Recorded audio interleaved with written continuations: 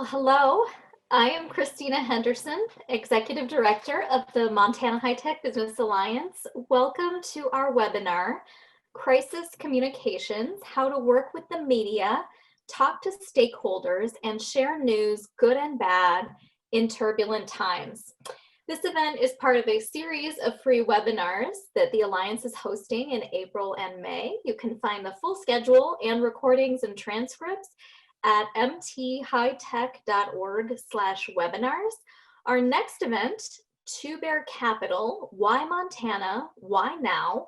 Transformational Opportunities in Life Science with Mike Gogan, will be this Thursday, April 16th at 4 p.m. So check that out on our website and sign up for that event as well. I would like to thank the board of the Alliance and our members for making this series possible. And we are pleased today to welcome the chair since 2019 of our Montana High Tech Business Alliance board, Kelly Schwager, as our speaker today. Kelly currently serves as Vice President, Global Communications for Oracle. Previously, Kelly served as Executive Vice President and General Manager for Edelman, the largest public relations firm in the world. Edelman Silicon Valley represented brands including Adobe, eBay, HP, GE, Juniper Networks, and Samsung. Prior, Kelly held various leadership roles with tech players, including SAP, Streetline, Symantec, VERITAS, and USWeb. Kelly works globally from her remote office in Columbia Falls, and today is here to share with us best practices for communicating in difficult times. We'll start with Kelly sharing some key concepts and takeaways, and then we'll open it up for Q&A. I will serve as moderator. If you have questions during the program, please type them in the chat box or the Q&A tool. And I also have a few questions that we collected in advance. So I would now like to turn the webinar over to Kelly. Oh, great. Can you hear me okay, Christina? Excellent. So thank you guys all for taking the time to join. And certainly it's unprecedented times. It's absolutely awesome, though, that we're all gathered here online. When Christina and I met with the board in December, we had talked a lot about different ways that we can increase engagement across the membership with the Alliance. And one of the things we had talked about is virtual gatherings such as this. So lo and behold, here we are with this unusual situation in front of us, and it's really afforded us the opportunity to bring some interesting programming over the last few weeks. As Christina mentioned, we have some great things in store the next few weeks. So today, the topic is a pretty meaty one, and I think is probably one that's on most of our minds, and that's the whole idea of communicating in turbulent times. What I'm going to do is run through a bunch of different concepts, and there are so many different directions we can go with this conversation, but I wanted to at least share some high-level actionable tips that you can take away, not only for the moment that we're in right now, but kind of standard practices that just as you're thinking about communications in general, whether it be internal or external, that you can have in your back pocket for good times and in bad. So with that, we will dive in. So as we all know, this is really an unprecedented situation, and how you respond in this moment really is going to have a big lasting impact on not only your brand, but your company reputation. And this really applies to companies of all sizes. There is no one in the market right now that is immune from what's going on. And so whether you are a multi-billion-dollar company that has offices globally, or you're a small family-run business that's trying to figure out what this means for you, in your single location. This is one of those moments where communication plays such a big role, and your tone and your response will have lasting impact. So for the purpose of the conversation, I thought it would be helpful to put up some assumptions that, just as you think about the next few months, as you think about, even the next several years, that you can kind of ground yourself to start putting together an action plan. As we've seen, all things related to COVID-19 has really changed the dynamics quite drastically just in a few weeks. It really is having impact not only on your internal audiences, but your external audiences. And the assumption to think about is that this is going to have a lasting impact on a number of levels for quite some times, and it could go in waves. So as you're planning, just keep that in the back of your mind. The messaging in both your marketing and communications activities that is perceived as insensitive could really position your company in a negative light right now. So one of the things we're going to talk about today is the importance of looking at your communications through a filter. What worked yesterday may not necessarily work again today. In the near term, as we're seeing not only in our local news, but in national and global media outlets, the primary focus right now really is all things COVID-19. And even as various markets around the world move in and out of the situations at a different pace, all things around the economy will be front and center for quite some time. So again, as you're planning from a marketing or communications perspective, keep that in the back of your mind. When it comes to events, a lot of business activity was done in person. If you look at the, even the events calendar for the Alliance, we relied very, very heavily on getting together face-to-face for meetups, for CEO roundtables, et cetera.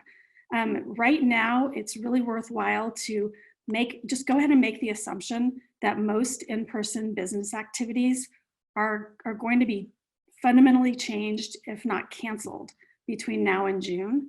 And for planning purposes, going into the mindset that this could even be an impact for even longer. So how can you rethink the use of virtual platforms like we're on today, rethink different ways to communicate with your stakeholders if you were very reliant on in-person activities? It's definitely something that all of us should really give some thought to. Demand for virtual events will increase, both small and large. Customer events, internal sales meetings, the way that you're engaging with media, with your employees. I think even once we get to the point where live events and in-person activities do begin to pick up again, we're all learning a lot of really great ways that we can engage more effectively in a virtual fashion. And so some of those things will stick and continue on. So really giving some thought to the virtual elements is another assumption that's worth looking at. Finally, employees may need to work from home on and off for quite some time. Many companies have already embraced very flexible work from home policies, but this current situation has forced all of us to really look at work from home in a whole new light. And so as you're thinking about communication, this aspect is another dynamic and assumption that you should bring into the mix. So with that, I thought it would be helpful to step back for a moment. I always like to, in these situations, take a look at what third parties are out there saying. There's some great information from various industry analyst firms like Gartner, Forrester, IDC, and others. This particular report that I'm just going to quickly run through is from Edelman. So as Christina mentioned, I have a history with Edelman, an organization that I absolutely respect. And every year they put together what's called the Brand Trust Barometer. They just did a study, very fresh as it relates to the current COVID situation. And a couple things that I just wanted to highlight. So at the highest level, they surveyed about 25,000 people.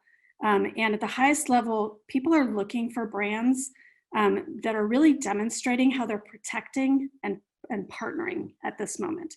So what are folks doing, whether it's a large company or a small company, what are they doing to really show that they're engaging, showing that they're protecting their employee base, working within their communities?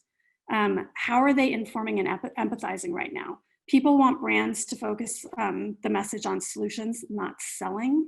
So as we talk about tone, that's something that's going to be very important to keep in the back of your mind. And finally, educating and connecting. One of the things that is really resonating right now with folks is kind of that how-to. So as you're looking at your communications, the more that you can really take that kind of educational slant versus that hard sell slant and show examples of how others are solving problems in this time, that kind of content is resonating really well with folks. So I'm happy to send the link to the full report, but wanted to toss up a couple of the interesting highlights that came out in the study. So this first point, 77% say that they want brands to only speak about products in ways that show that they're aware of the crisis and the impact on people's lives. This really underscores the importance that we need to not just rely on evergreen content. Again, that idea that what worked yesterday might not work again today is should be really front and center for you right now. So relook at all of your content through this new lens. Something that was developed in February, the world is a little bit different. So rethinking the tone, the approach, and maybe even hitting pause on something that was previously planned. If you jump ahead, 54% are not paying attention to new products, unless they're designed to help with the current situation right now. That really is something that should be taken into consideration as you're thinking about product launches. It may now not be the right moment in time, or you could be in a situation where this is in fact a really relevant product, and getting that message out right now is more important than ever. So worth thinking about that. Again, that last point, 85% of respondents want brands to use their power to educate. You'll notice a theme today as we're talking. This whole idea of education is something that continues to come up front and center. So whether it's an internal communication or an external communication, again, that educational tone is really something that works well in these type of situations.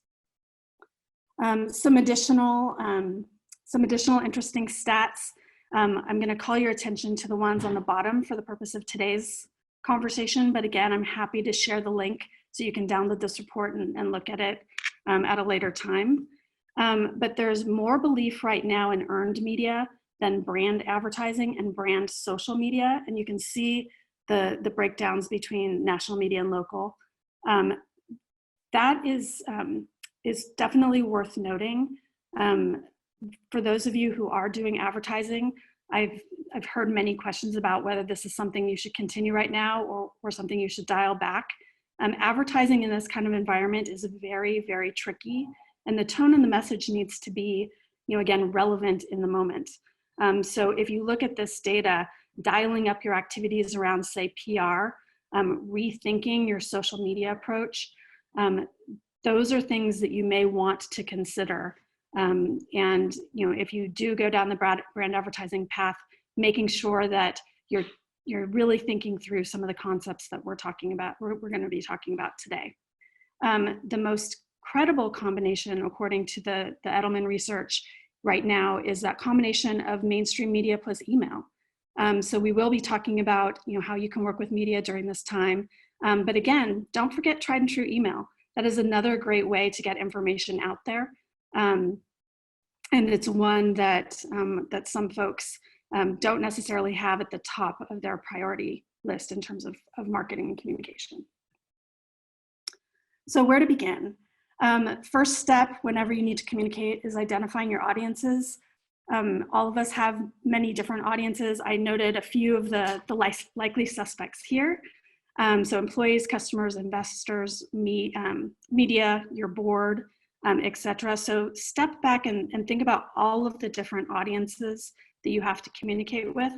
For the purpose of today, we're going to touch on a few key ones, primarily employees, media, and then a little bit on customers. But again, as we get into Q&A, if you have questions on the other areas, we can touch on those as well. From an internal communications perspective, employees are key. So whether you want them to be or not, your employees will be talking about the current situation, and they will be talking about your response in this situation. And if you're not providing information, they will be filling in the void. And so from a productivity perspective, you want to make sure that that internal communication flow is happening. And that again, with most of us working is really going to be key. So what are some tips? First thing is to identify your core team. You want to make sure that you've identified who in your company is going to be responsible for communication, and make sure that you're identifying those roles. In some cases, it may be HR. In some cases, it may be a senior leader. In some cases, you may need to have information you're sharing with your management team so they can communicate with their teams. So make sure that you're identifying who are all the folks within your company that will have a communications role and what role you expect them to take. It's also very important to make sure that employees at all levels are receiving the same kind of information, as close to the same time as possible. In these kinds of environments, when it's stressful, information does tend to flow. And so make sure that you really are thoughtful about the timeline that you're setting for any communication, and you're making sure to share relevant information across the entire company, not just to a small group. The second point, don't expect employees to come to you. Some employees will be very vocal, but in most cases, there's a lot of questions out there that they're not necessarily going to raise their hand and ask. So making sure that you have some kind of a system in place on a couple different levels, making sure that there's a notification system when you need to communicate quickly, but also you have a system in place, and it can even be a basic email, but some kind of system in place where you can consistently go back and communicate to your internal audiences. In some cases, what we're seeing in this kind of a setting is folks rely on email. Some companies are using things like Slack. Some companies are, have a portal set up where they can have a regular place for employees to go to. Whatever your system is, make sure that you're using it regularly and your employees know that that's the place to go for updated information. In these kinds of situations, it's often first instinct to try to get your employees not to say anything. And in this day and age of social, it's really, really hard to do. So instead, what we would recommend is putting guidelines and information out there so that if employees are sharing information, they're sharing it accurately, and that you're providing the information to them in a timely fashion so that they're not filling in the blanks. So that kind of leads into these last few points. Acting quickly. Speed in these kinds of situations is certainly important, but you don't want to do that at the price of accuracy. If you don't have all the information, that's okay. The situation is changing, and it is absolutely okay to say, you know what, I hear your question. We're going back and we're gathering some additional information, and we will circle back just as soon as we have more details to share. Acknowledging that the employee has been heard or the topic is being looked into sometimes is all that's needed to ease minds and to get folks to hit pause for a minute while you can gather that information. Keeping it simple and repeating. For those who are on the front lines doing the communication, oftentimes it feels like you need to continuously have something new to share. You don't. Oftentimes it's really about keeping the message simple and pointed, and then repeating it and repeating it again, because sometimes the information is not necessarily heard completely the first time that it's shared. So don't feel like you need to continuously come up with something new. Reinforce, reinforce, reinforce. And then finally, reevaluate. Again, what was the response? Has anything changed? And again, keep that idea of what worked yesterday might not work again today, front and center. It's a dynamic situation that we're all in right now. And so making sure that you're continuously reevaluating the plan and reevaluating the information that you have to work with is key. From an external perspective, bottom line, anything related to marketing communications, the teams need to be agile. The market dynamics are changing.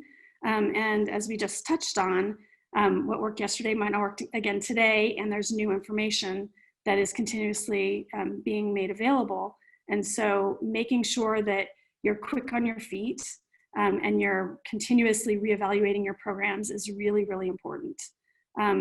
Based on the Edelman feedback, again, focusing on those high scale channels in this environment is really the place to guide your focus. So your website, your PR or media relations programs, social, anything community building, so virtual events like this really are key in these kinds of environments. Ensuring your communication across all channels is sensitive. So anything that you have previously written or prepared, look at it, again, through this new lens. Is it being sensitive to the moment that we're in? Is it being sensitive to all of the audiences that you have to work with? One example, that I've seen is, a company that works with a lot of retailers was continuing to push some webinars and activities for how those retailers should be planning for holiday activities in their physical stores. At the moment when we're working in an environment where a lot of retailers are not in operation, the social backlash to that was pretty harsh. And so again, making sure that you're really thinking about the audience and the moment, and hitting pause or reevaluating the tone of certain communications so it doesn't come across as tone deaf. Updating social media policy. We have a couple slides in here with some tips for that. And then adjusting your marketing mix and tactics to, again, create community engagement and thinking about things in new ways. If you were planning an in-person event, how can you bring it online? If your sales team was planning to do training, in a couple months, maybe there's an alternative way that you can approach that and break it into smaller chunks. If your teams can't go out there and sit down with customers face to face, how can you do something creative in a virtual setting? So really giving some thoughts to how you can still engage and create that community, but maybe do it in a different way than you had originally intended. From a media perspective, this is a snapshot of some of the feedback that's coming from national media, but if you look at the local media, a lot of these same patterns are emerging as well. So everyone is really looking at things through the lens of COVID-19. And so it's impacting, whether you're a Wall Street Journal, the type of stories that you're writing, or if you're, here local in the Flathead, how you're thinking about, the impact on the local economy, what's happening locally with schools and the businesses and sports. That lens is impacting what our reporters are writing about. And so as you're thinking about reaching out and working with reporters, do make sure that you're really staying in tune to what they are writing. And in most cases, it will have some kind of COVID-19 or economic, oriented flavor to it. So from a media approach, when we're out there talking to journalists, we are hearing loud and clear, regardless if they're a local media outlet, a US-based media outlet, or a media outlet abroad. We are absolutely hearing that those newsrooms see COVID-19 and the economic impact, on the media agenda for the foreseeable future. So the types of stories that they're going to be looking for has shifted. With that said, they are concerned about this whole idea of COVID overload. They are looking for happy stories. They are looking for the goodness in this. They want to hear the stories of how you and your company or your customers are helping or doing really interesting things in this time. I think many of us have seen some of those stories where there are businesses that are kind of pivoting and shifting their focus in this moment. And so those kinds of stories are absolutely stories that they do want to hear. So if you have those are ones that are garnering attention in this moment. With that said, proceed with caution. So every story that you are thinking might be relevant in this moment, do step back and really think about it through the lens of what's going on. Just as there are many fabulous, beautiful stories to be told in this instance. There are some stories that really are coming across as insensitive or tone deaf. So again, making sure that you're educational, helpful, not looking like you're chest beating or coming across as too salesy. Those are really important things to think about in this moment. And focus on stories that will be helpful to readers. So reporters are looking for resources. They're looking for stats, facts, figures, authority. So if you have an expertise in, say, security, that is such a relevant topic right now with so many people working from home. If you have an expertise in supply chain, supply chain has never been a sexier topic. It's one of those topics that right now very much is of the moment. If you have an expertise in that area, reporters will want to hear from you. So making sure that the recommendations that you're making are timely and relevant is absolutely critical.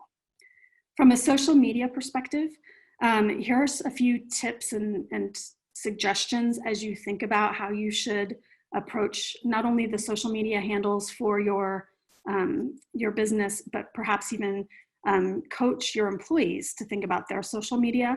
And again, we're happy to share this information with you afterwards, so you can take some of these and use them as appropriate. But you'll notice some threads here. So timely, accurate, specific, really thinking about the tone.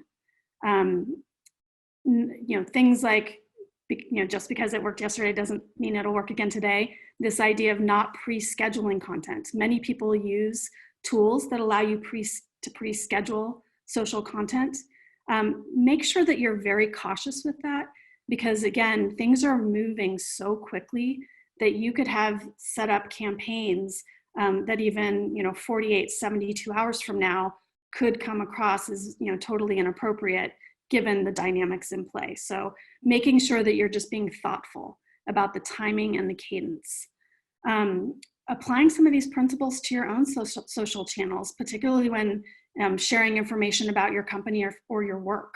Again, in these moments, things are changing so drastically that being cautious and applying some of these ideas, even in your own personal social, is certainly prudent. And then in terms of using social in a productive way, think about using things like video. That's a way that you really can portray more empathy, and rather than just having it be raw text that may be taken out of context, having someone actually hear your voice and hear the passion come through might be the appropriate tack to take. Or even something like a blog, if you want to provide a little more detail. Blogs are a great way to do that.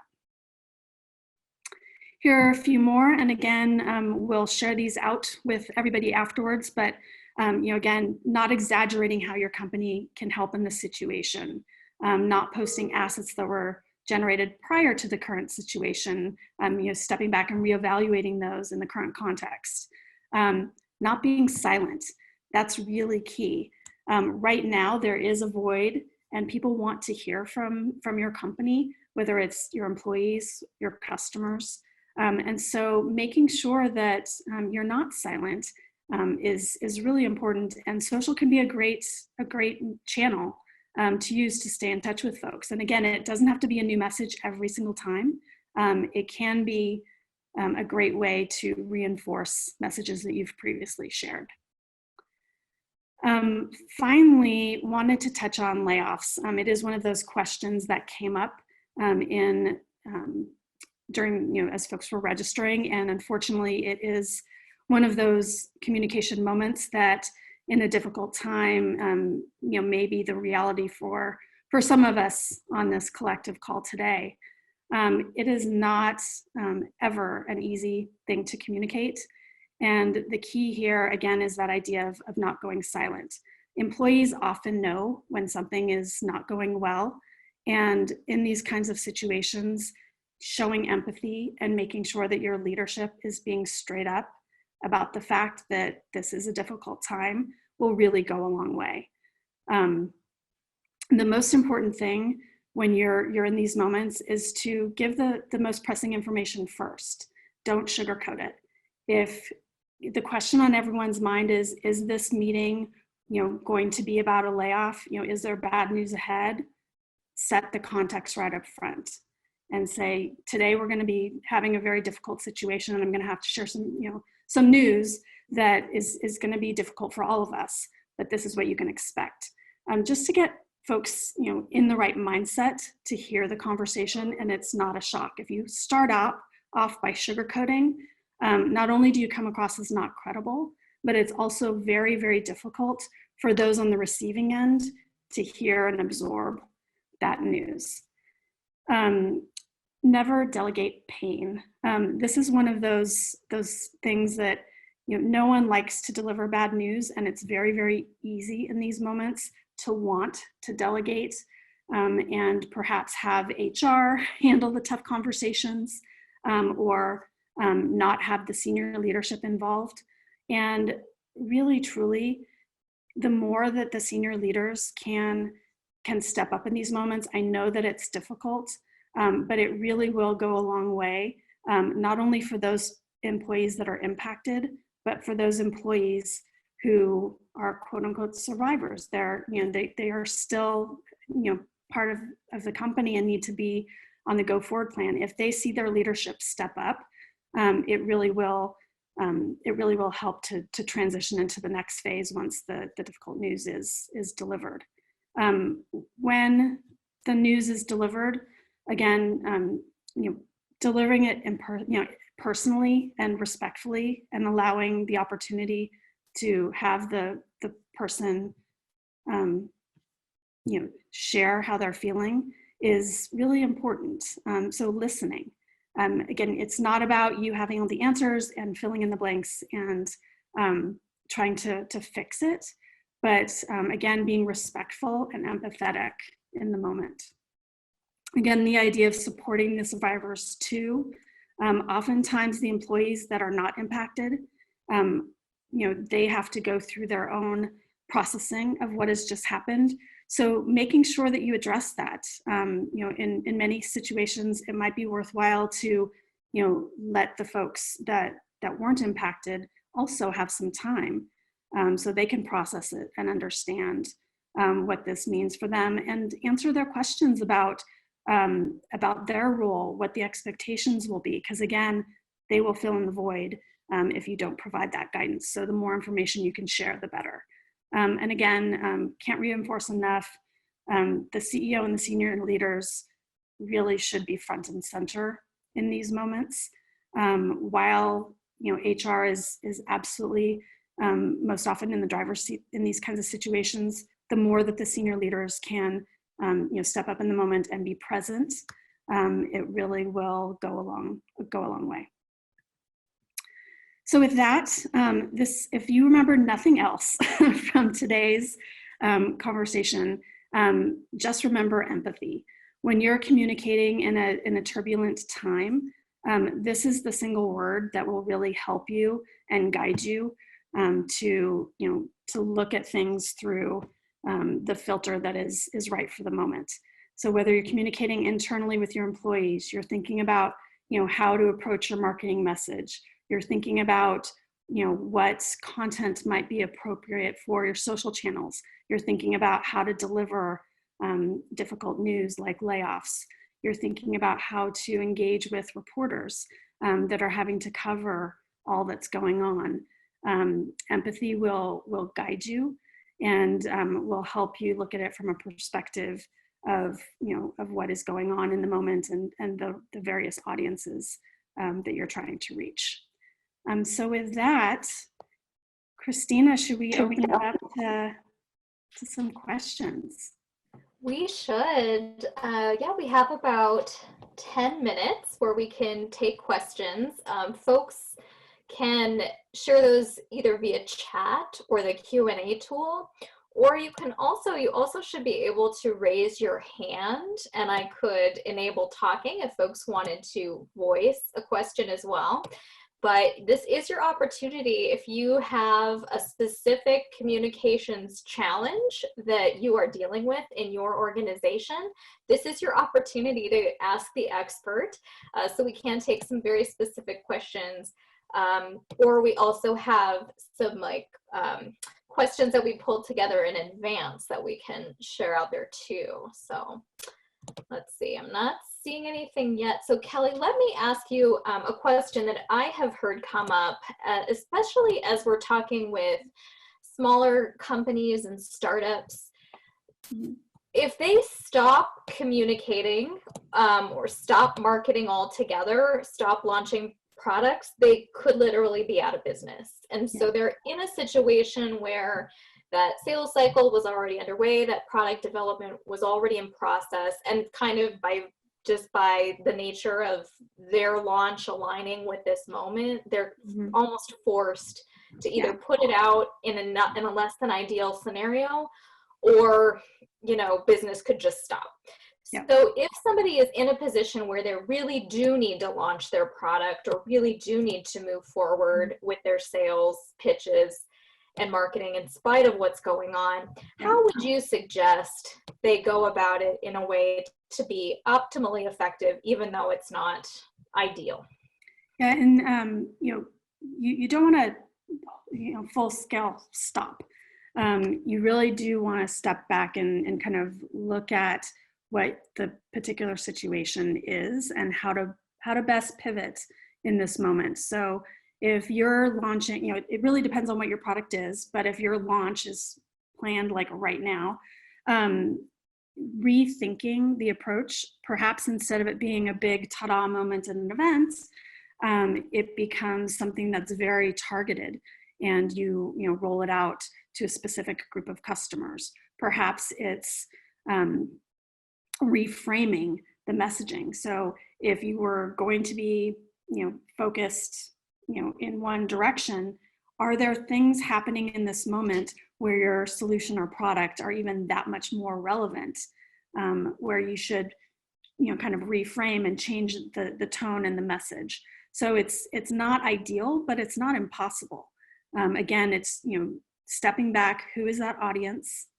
What is the information that you're trying to share with them, and how is it relevant in this moment? How is it going to help them?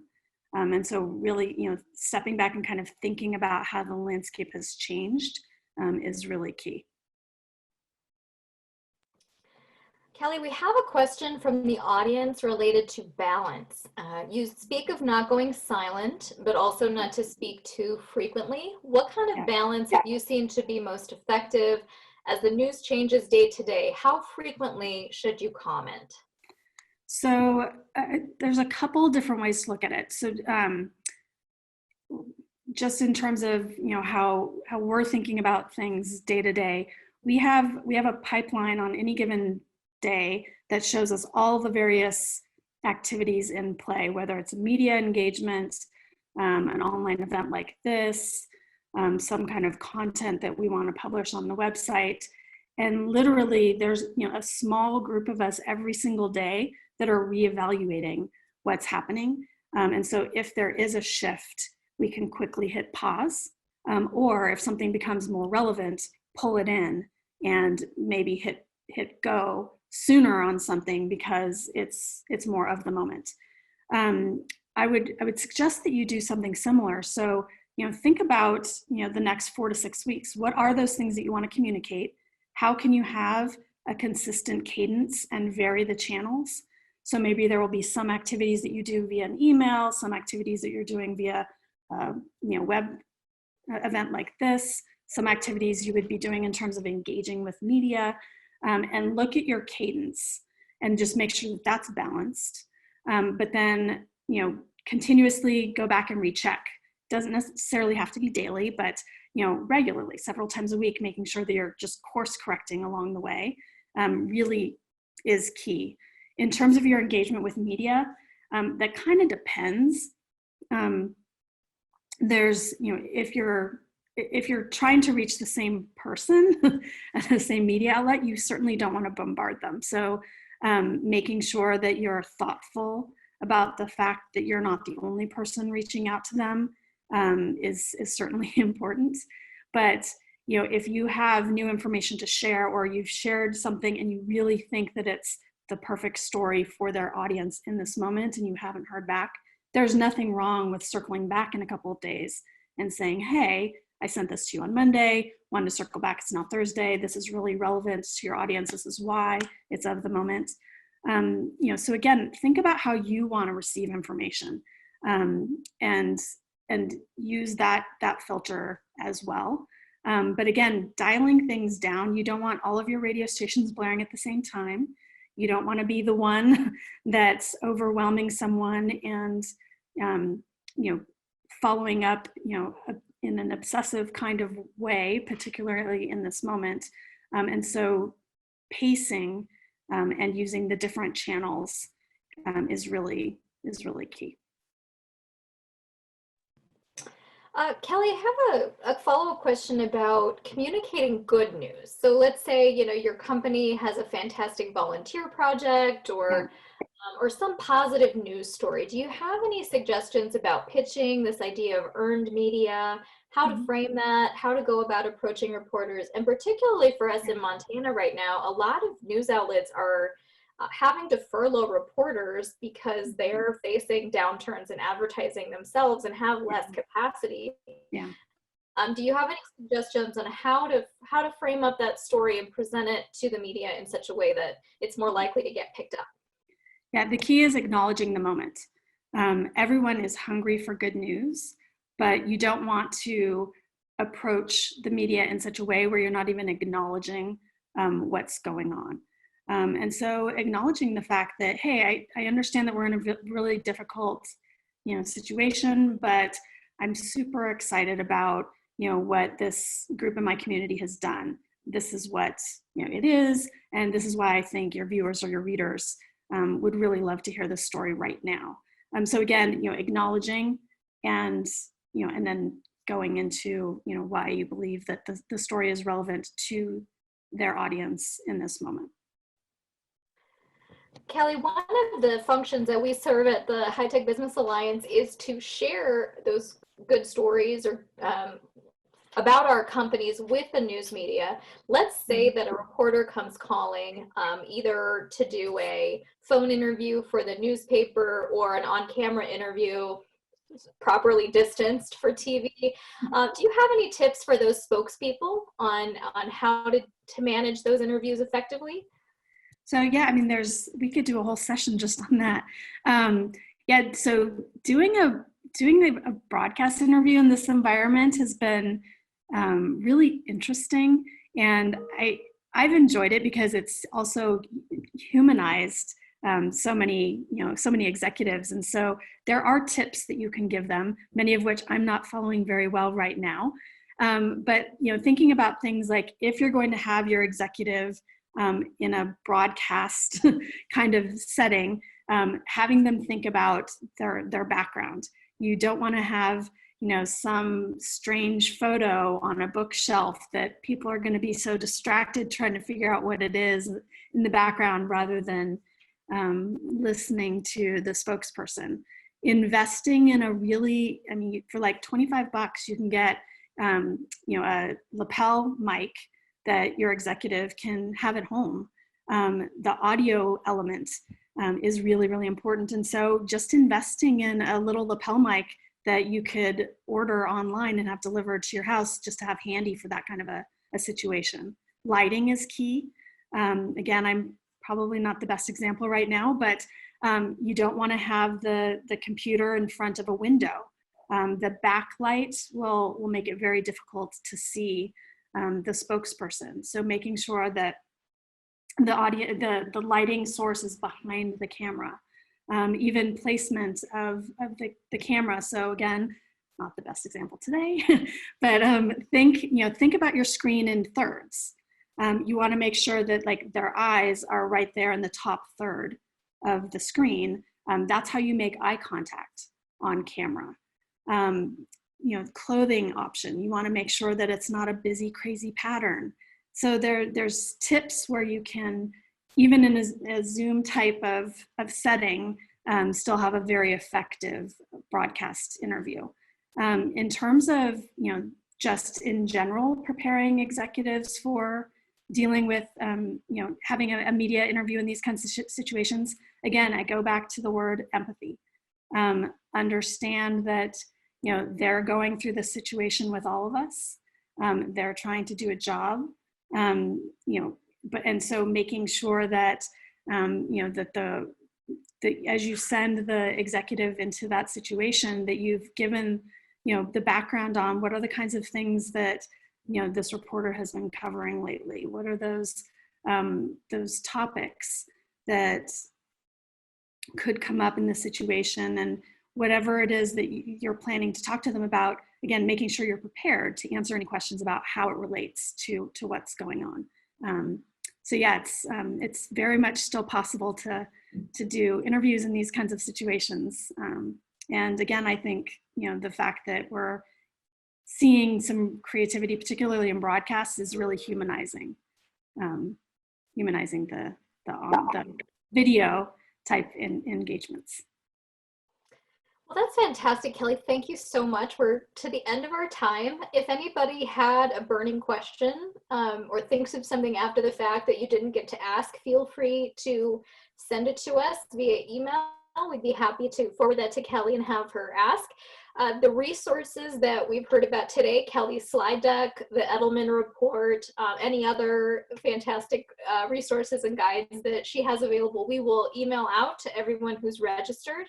And we also will have a recording of this webinar and a transcript available after the fact, as we can get those items prepared, and those will be posted on our website, mthightech.org/webinars, and also emailed out to participants. So thank you so much, everyone, for participating, and thank you so much, Kelly, for sharing your wise words today. So thanks, everyone.